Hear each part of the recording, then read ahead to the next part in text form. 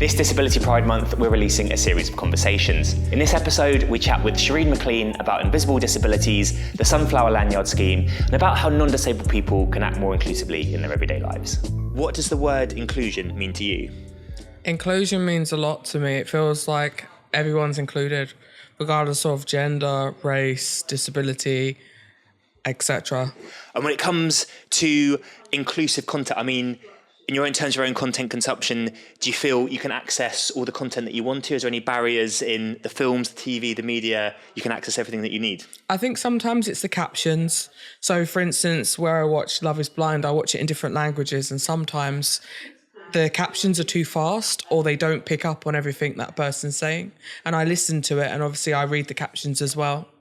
That's really interesting. It's a conversation we're having. Kind of how, have you got a preference on, I know captions can be sometimes black text behind them or they can have a heavy shadow. Is there any that you find easier or more difficult to read? I find it too difficult to read if it's like white writing and there's like a white background and it's quite bright. And obviously if the person's speaking too fast, myself personally, I speak fast, but sometimes I find it difficult to break down what they're saying. And obviously due to my disabilities, I find it difficult to understand sometimes. So that's why I always say to people, if they can just bear with me or just say things to me slower, just so I understand. Oh, I love this. Is me kind of assuming slightly, is it a case of, I speak quite fast as well, obviously, which is perfect interview, but a case of, and we're deliberately trying now, to speak more slowly, enunciating, would that be more helpful than maybe sort of playing it in half speed kind of thing? Yeah, that's a lot easier for me to understand and just obviously interpret what you're saying. Oh, I love this. There we go. Lesson one for me today, which is fantastic. What I wanted to particularly talk to you about is, firstly, invisible disabilities. How aware or unaware do you think people are of invisible disabilities? I think most people are unaware. I obviously experience it on a daily basis. I mostly experienced it during COVID, especially when it came to going to the supermarket, because obviously people weren't able to go into the supermarket at set times. I could go in at key worker times. And then what I used to have is like the staff in like Morrison's staring at my leg braces, because usually I have an aluminium one, which I'm waiting to collect another one soon. And they were like, oh, what's that for? What have you done to your leg? Have you broke it? So it's just like, no, I actually have a disability. And it's like what I said in the film, where I'm top heavy and I look strong, everyone thinks that I'm okay, but I'm not. So, yeah. Okay, there's a question I was going to come on to later, but I wondered that when potentially you see someone with a leg brace, what is the advice for a non-disabled person? What is, I'd say firstly, what are the wrong things to do? And then I guess what are the right things for people that want to engage and be helpful? Kind of what advice would you give? I think it's a case of not staring, because obviously everyone has different disabilities, but then also it's a case of not asking direct questions or having microaggressions, because sometimes there's people generally asking me like, what have I done to my leg out of care? But there's sometimes obviously a lot of nosy people that just want to know what's going on. And when I say disability, oh, what disability do you have? Oh, you look like you've got knee problems, and they presume what I have, but I've actually got loads of things going on for my age. It's a subject to bring up, a subject not to bring up? Kind of what makes you feel most comfortable? I think nowadays I've come to terms with it, so I feel a bit comfortable. Like, I don't like talking about exactly what happened. That's why I found it quite hard in the film, and I found it quite tearful. That's okay. We did a lot, that's why I didn't. We went over that in depth.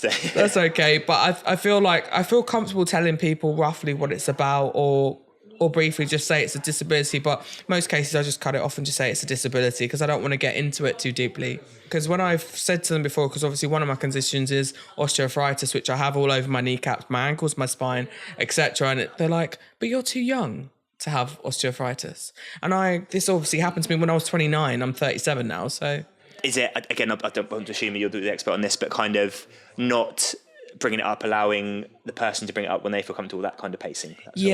Yeah, because the thing is, like, I've gone around in life, and obviously we know as children, as we're brought up, not to stare at anyone with disability, etc. And it's just like, well, that's the way I'm brought up, so that's the way I want to be respected, basically. And coming on to that thing of, I guess, bringing up the subject, tell us about the Sunflower Lanyard scheme. Yeah, so the Sunflower Lanyard scheme is actually a really good scheme. I use it often. I mostly use it at work. Some people don't realise what it's for, but obviously I tell them what it's for, and basically it's for hidden disabilities. So obviously, as females, There's plenty of women out there with endometriosis, polycystic ovary syndrome. I actually have myself, but I've got it obviously for all the disabilities that you can't see. Obviously, you can physically see my braces on me today, but there's a lot going on obviously inside my body. Like I have asthma, long list.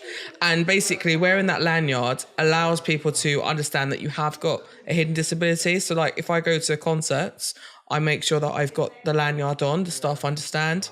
And with airports, they understand as well, so they can offer me assistance. And then what I tend to do is, if I don't want to tell someone what the disability is about, I can turn my card around and it shows on the back of the card. I've chosen symbols that obviously that I'm supposed to like avoid stairs where possible and that they need to speak clearly. So there's all different symbols on the back of them.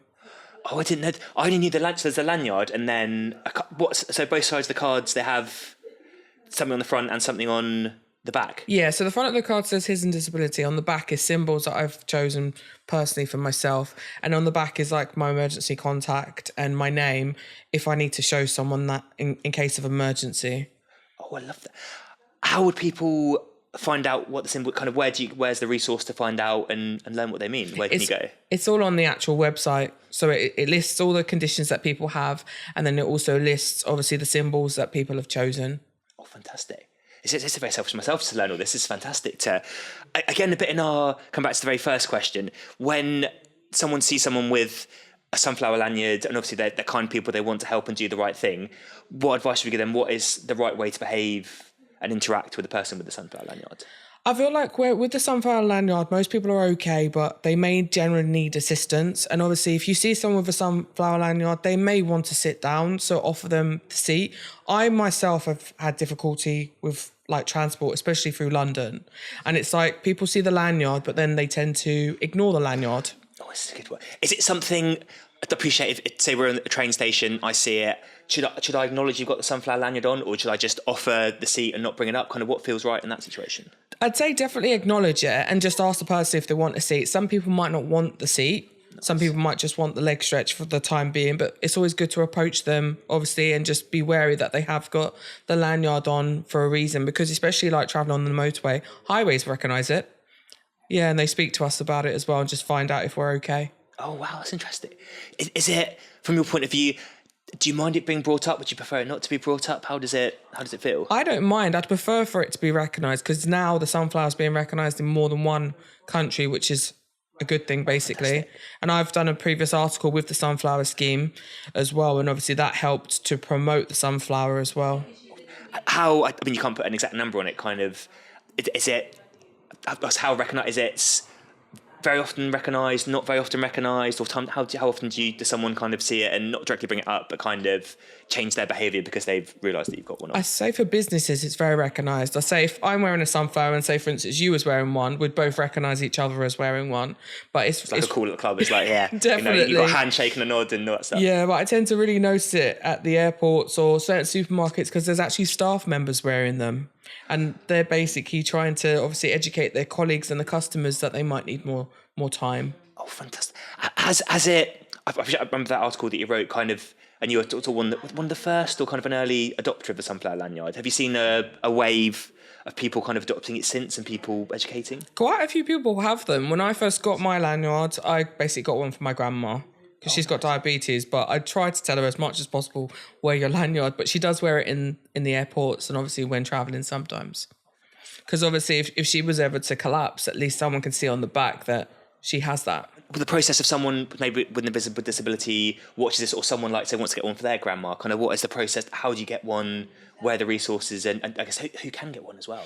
So you go onto the Hidden Disability website. They basically list all the disabilities. So if any of those fit your disability that you have been diagnosed with, then obviously you can apply for lanyard online just literally by signing up.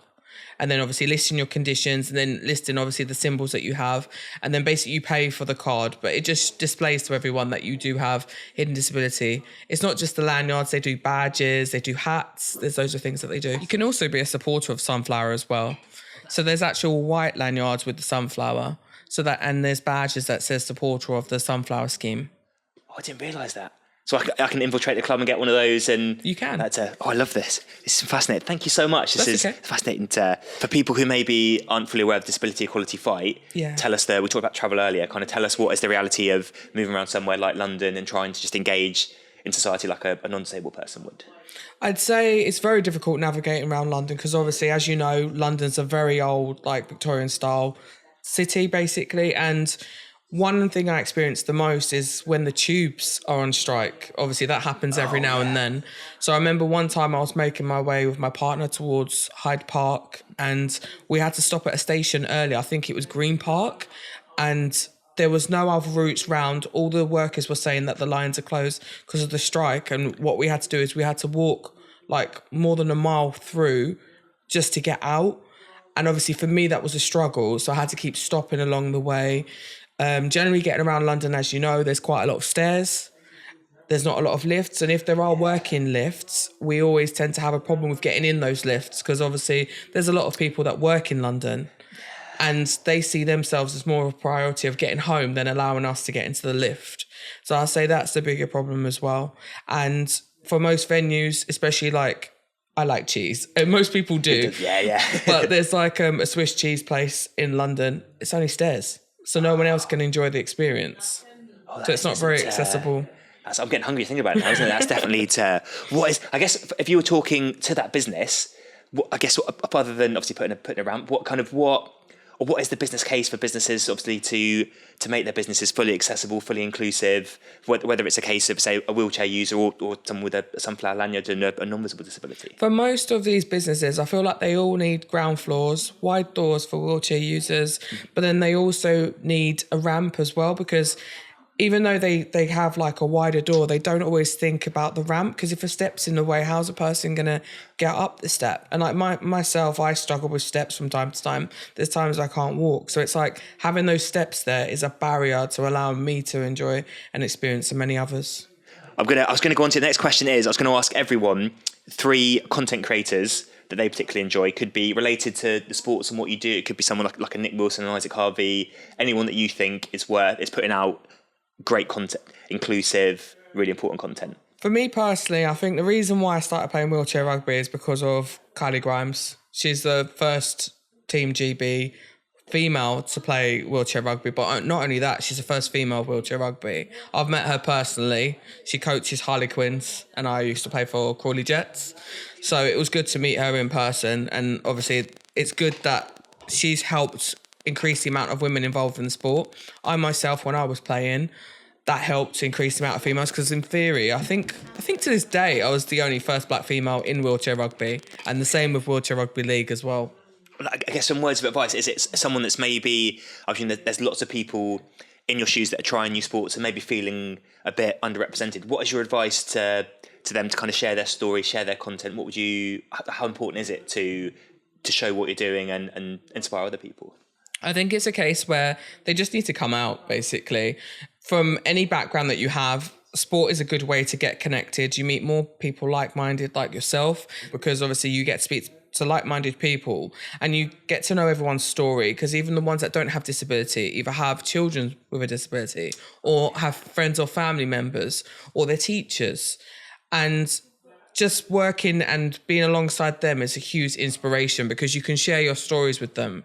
And like, I feel a bit tearful now talking about it because when I am around more people that are like me, it helps me feel included with them because prior to playing sport in a wheelchair, I was kind of lost after my injury and when it officially became a disability as well. But now it's helped me find myself. It's helped me boost my confidence up because I've always played sport all my life.